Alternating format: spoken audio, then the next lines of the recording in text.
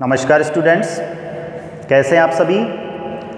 आज की अपनी हिंदी ऑनलाइन क्लास में कवि नागार्जुन की दो कविताओं का हम अध्ययन करेंगे।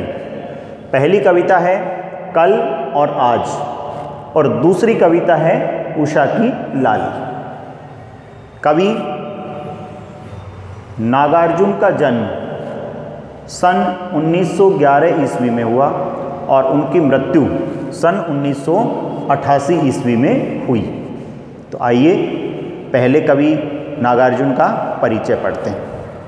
हिंदी और मैथिली भाषा के अप्रतिम लेखक और कवि नागार्जुन का जन्म बिहार राज्य के दरभंगा जिले के सतलखा गांव में हुआ था।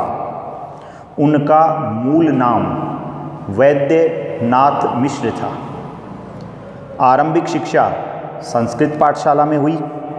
उसके बाद अध्ययन के लिए बनारस चले गए और कोलकाता गए अध्ययन के लिए। 1936 ईस्वी में ये श्रीलंका गए और वहीं इन्होंने बौद्ध धर्म को अपनाकर बौद्ध धर्म की शिक्षा उन्होंने ग्रहण की थी। उन्होंने हिंदी साहित्य में नागार्जुन और मैथिली में यात्री उपनाम से रचनाएं लिखी। हिंदी में नागार्जुन के नाम से और मैथिली भाषा जो मिथिला प्रदेश में बोली जाती है वहाँ पर यात्री नाम से इन्होंने अपनी रचनाएं लिखी है। नागार्जुन ने कविता के साथ साथ उपन्यास और अन्य गद्य विधाओं में भी लेखन कार्य किया है। उनका संपूर्ण कृतित्व नागार्जुन रचनावली के 7 खंडों में प्रकाशित हो चुका है। उनको हिंदी अकादमी, दिल्ली का शिखर सम्मान, उत्तर प्रदेश का भारत भारती पुरस्कार और बिहार के राजेंद्र प्रसाद पुरस्कार से सम्मानित किया जा चुका है। सामयिक बोध, समय का अच्छा ज्ञान था और गहरा ज्ञान था। नागार्जुन को आंदोलन धर्मी कविताओं को व्यापक लोकप्रियता मिली है। इनकी प्रमुख काव्य कृतियाँ हैं युगधरा, सतरंगे पंखों वाली, हजार हजार बाहों वाली, तुमने कहा था, पुरानी जूतियों का कोरस, आखिर ऐसा क्या कह दिया मैंने, मैं मिलिट्री का बूढ़ा घोड़ा, तालाब की मछलियाँ, ओम मंत्र, भूल जाओ पुराने सपने। तो ये इनकी रचनाओं के नाम हैं। अब आइए स्टूडेंट्स, पाठ का परिचय। पाठ का परिचय जैसे अभी मैंने आपको बताया कि कल और आज जो कविता है उस कविता में कल भीषण गर्मी थी और आज वर्षा ऋतु का आगमन हो चुका है। भीषण गर्मी में लोग गर्मी से त्रस्त अनेक कठिनाइयों को सहन करते हैं। जैसे ही वर्षा होती है लोगों के चेहरे उत्साह से खिल जाते हैं और लोगों की प्रसन्नता का कोई ठिकाना नहीं रहता। ये तो इसका सीधा अर्थ है। साथ ही साथ इसमें एक प्रतीकात्मक अर्थ भी छुपा हुआ है। ये जो भीषण गर्मी है, ये भीषण गर्मी प्रतीक है समाज के अंतिम सोपान पर छूटे हुए व्यक्ति की। यानी समाज में जो लोग गरीबी रेखा के नीचे जीवन जीते हैं, जो लोग बहुत ही कष्टमय या कष्टपूर्ण जीवन जीते हैं, जो लोग बहुत दुखी हैं, वो हैं कल के प्रतीक। और आज जो है, आज उत्साह और हर्ष का प्रतीक है। उत्साह और हर्ष का प्रतीक है। माना समाज में कुछ ऐसे वर्ग हैं जो किसी कारणवश पिछड़ गए थे, उनका वो पिछड़ापन कल है, उनको निराश नहीं होना है। उनके दुख के दिन जो है वो दूर होंगे और उनके जीवन में भी खुशियों का आगमन होगा। ये कविता हमें संदेश देती है कि जिस प्रकार भीषण गर्मी के बाद, जिस प्रकार भीषण गर्मी के बाद वर्षा ऋतु का आगमन होता है, उसी प्रकार यदि जीवन में कष्ट और कठिनाइयाँ हैं तो सुखों का आगमन भी होगा। ये कविता हमें आशावादिता का संदेश देती है। तो ये अपनी कविता थी कल और आज। दूसरी कविता जो है वो है उषा की लाली, उषा प्रातःकाल, लाली लालिमा। छोटी सी कविता है और दृश्य बिंब की सुंदर कविता है। इसमें कवि नागार्जुन ने प्रातःकाल जब सूर्य उदय होता है, जब सूर्य उदय होता है उस समय का जो प्राकृतिक परिवेश है, सूर्य की किरणें बर्फ से ढके हुए पहाड़ों के ऊपर जब गिरती है तो उसका जो सौंदर्य बनता है उसका वर्णन किया है। जैसे जैसे सूरज ऊपर आता है वैसे वैसे ये सुंदर प्राकृतिक दृश्य जो है वो विलोपित होते चले जाते हैं। तो ये अपनी दो कविताएं थी, कल और आज और उषा की लाली। अब आइए कविताओं को हम विस्तार से पढ़ते हैं। पहली कविता कल और आज। अभी कल तक, अभी कल तक गालियां देती तुम्हें हताश खेतीहर। अभी कल तक गालियां देती तुम्हें हताश खेतीहर। हताश कहते हैं निराश और खेतीहर कहते हैं किसानों को, कि जब भयंकर गर्मी पड़ती है तब किसान हताश हो जाते हैं, निराश हो जाते हैं और मानव प्रकृति को गालियां दे रहे हैं, भाई इतनी भयंकर गर्मी क्यों पड़ रही है। ये कल है। अभी कल तक धूल में नहाते थे गोरैयों के झुंड। गोरैया चिड़िया को कहते हैं। अभी कल तक धूल में, मिट्टी में स्नान करते थे गोरैयों के झुंड, क्योंकि गर्मी में पानी की कमी है और पानी की कमी के कारण गोरैया चिड़िया जो है वो मिट्टी में स्नान कर रही है, मिट्टी में लौट रही है। अभी कल तक पथराई हुई थी धनहर खेतों की माटी। अभी कल तक पत्थर जैसी कठोर हो गई थी धनहर। धनहर का मतलब होता है धान पैदा करने वाली, खेतों की उपजाऊ मिट्टी। जब भयंकर गर्मी पड़ती है, जब तापमान 50 डिग्री के आसपास चला जाता है तो खेतों की मिट्टी सूखकर पत्थर जैसी हो जाती है। अभी कल तक धरती की कोख में दुबके पड़े थे मेंढक, और जब गर्मी की ऋतु होती है तो मेंढक जो है वो धरती में और नीचे चले जाते हैं जहाँ पर उनको कुछ नमी मिलती है।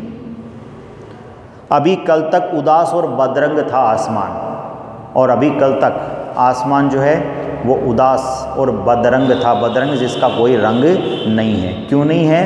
क्योंकि भयंकर गर्मी और धूल मिट्टी के कारण आसमान धुंधला सा हो गया है। ये तो है कल। और ये कल क्या है? ये कल है भीषण गर्मी की ऋतु।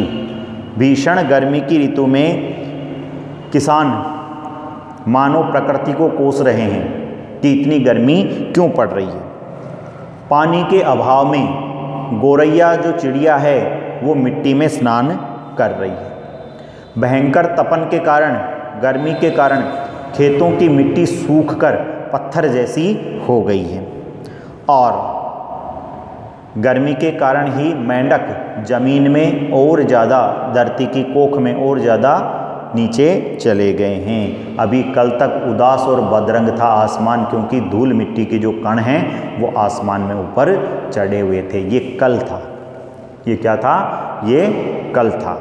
भीषण गर्मी का वर्णन है इसमें। अब आइए आज। आज किसका प्रतीक है? आज प्रतीक है वर्षा ऋतु का। आइए, और आज ऊपर ही ऊपर तन गए हैं तुम्हारे तंबू। और आज ऊपर ही ऊपर आसमान में तन गए हैं तुम्हारे तंबू। तंबू कहते हैं टेंट को।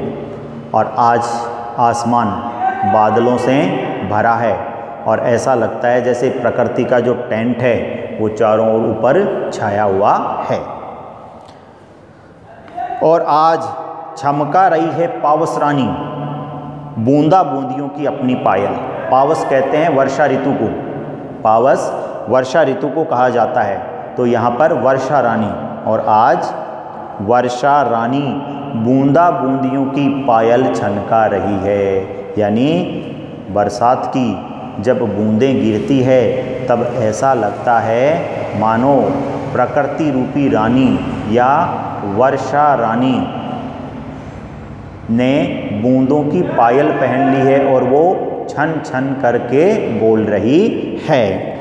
और आज चालू हो गई झिंगुरों की शहनाई ए विराम। झिंगुर एक बरसाती कीड़ा होता है जो ची ची की एक लंबी आवाज़ निकालता है, ऐसा लगता है जैसे शहनाई बजा रहा हो। और आज झिंगुरों की शहनाई ए विराम का मतलब होता है लगातार बजने लग गई है। और झिंगुर कीड़ा जो है वो बोल रहा है, उसकी बोली ऐसे लगती है जैसे वर्षा ऋतु के आने की खुशी में झिंगुर शहनाई बजा रहे हैं। और आज जोरों से कूक पड़े नाचते थिरकते मोर, और आसमान में काले बादलों को देखकर मोर भी जो है वो नाचने थिरकने लग गए हैं। और आज आ गई है वापस जान दूब की झुलसी सिराओं के अंदर। दूब कहते हैं घास को, जो घास गर्मी में जल गया था, शिराएं उसकी जो जड़ें जल गई थी, आज उनमें भी वापस जान आ गई है वर्षा ऋतु के आगमन के साथ ही। और आज विदा हुआ चुपचाप ग्रीष्म, और ग्रीष्म जो है गर्मी की ऋतु जो है वो चुपचाप आज विदाई ले रही है, समेटकर अपने लाव लश्कर। मानो गर्मी की ऋतु ने अपना सामान पैक कर लिया है और अब यहाँ से जा रही है। क्यों? क्योंकि वर्षा ऋतु का आगमन हो गया है। इस कविता के माध्यम से कवि नागार्जुन कहते हैं कि हमारे समाज में भी कुछ वर्ग ऐसे हैं जो बहुत पिछड़े हुए हैं, जिनकी उन्नति नहीं हुई है और उन्होंने अभी तक दुख ही दुख देखे हैं। तो इस कविता के माध्यम से कवि कहता है कि उन्हें हताश और निराश होने की आवश्यकता नहीं है। जिस प्रकार भीषण गर्मी के बाद वर्षा ऋतु का आगमन होता है, उसी प्रकार दुखों के बाद सुखों का भी आगमन होगा। इसलिए हमें जीवन में निराश नहीं होना चाहिए। ठीक है, ये आपकी एक कविता जो है वो पूरी हो गई। अब इसकी दूसरी कविता जो है वो है उषा की लाली। और उषा की लाली कविता में कवि नागार्जुन का प्रकृति प्रेम जो है वो मुखरित हुआ है। शिशु रूप में उगते सूर्य, शिशु रूप सूरज जन्म कब लेता है? जब सुबह उदय होता है, और जैसे जैसे वो बड़ा होता है और अंत में जाके अस्त हो जाता है। तो उगते हुए सूर्य को शिशु रूप कहा है।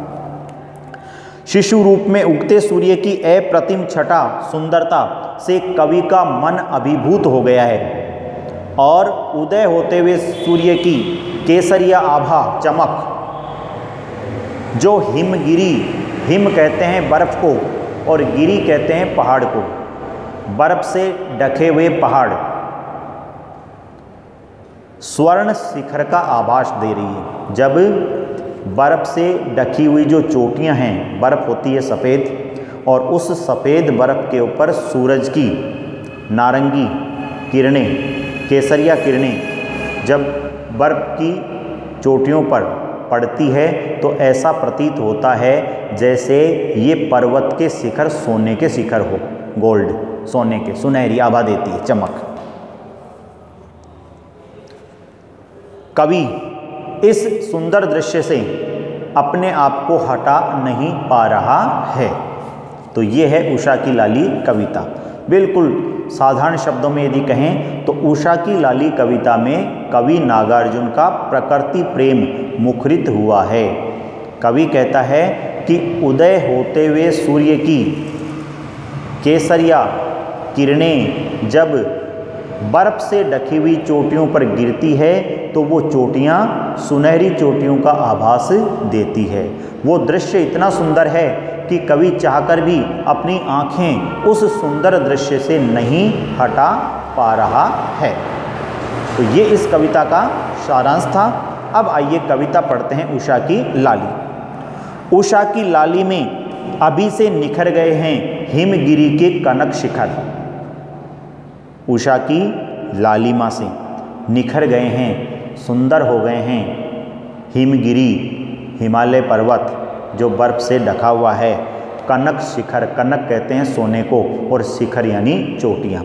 कि प्रातःकाल सूर्य की केसरिया किरणें जब हिमालय पर्वत की चोटियों पर पड़ती है तो वो दृश्य बहुत सुंदर होता है, और हिमालय की चोटियाँ जो है वो सुनहरी चोटियाँ दिखाई देती है। कनक शिखर, कनक सोने को कहते हैं, शिखर चोटियों को कहते हैं। आगे बढ़ा शिशु रवि, शिशु कहते हैं बच्चे को, रवि कहते हैं सूर्य को। शिशु रवि यानी सूरज जैसे जैसे आगे बढ़ा, आगे बढ़ा शिशु रवि, बदली छवि, जैसे जैसे सूर्य ऊपर बढ़ता है वैसे वैसे प्राकृतिक सौंदर्य जो है वो परिवर्तित होने लगता है। देखता रह गया अपलक कवि, अपलक का मतलब बिना पलकें झपकाए, और ये जो प्राकृतिक दृश्य है वो बहुत ही सुंदर है। कवि अपनी आँखें झपकाए बिना इस सुंदर दृश्य को लगातार देख रहा है। डर था प्रतिपल अपरूप यह जादुई आभा जाए न बिखर। और कवि को क्या डर था कि ये जो सुंदर दृश्य है ये अपरूप ना हो जाए, ये असुंदर ना हो जाए, क्योंकि जैसे जैसे सूर्य ऊपर बढ़ रहा था वैसे वैसे प्रकृति की सुंदरता कम हो रही थी। तो ये सुंदर दृश्य कहीं उसकी आंखों से बिखर ना जाए। उषा की लाली में भले हो उठे थे शिखर, प्रातःकाल सूर्य की जो केसरिया किरणें थी उन किरणों से जो कनक शिखर, हिमालय की जो चोटियां हैं वो सुनहरी चोटियों का आभास दे रही थी। हिमगिरी के कनक शिखर, हिमालय पर्वत की बर्फ़ से ढकी हुई जो चोटियां हैं वो ऐसा प्रतीत होती है जैसे सोने की चोटियां हो सकती। तो ये अपनी दोनों कविताएं पूरी हो गई है। इन दोनों कविताओं से संबंधित जो भी प्रश्न उत्तर होंगे वो अगले वीडियो में हम देखेंगे। तो कवि नागार्जुन की दोनों कविताएं आपको पढ़ा दी है। धन्यवाद।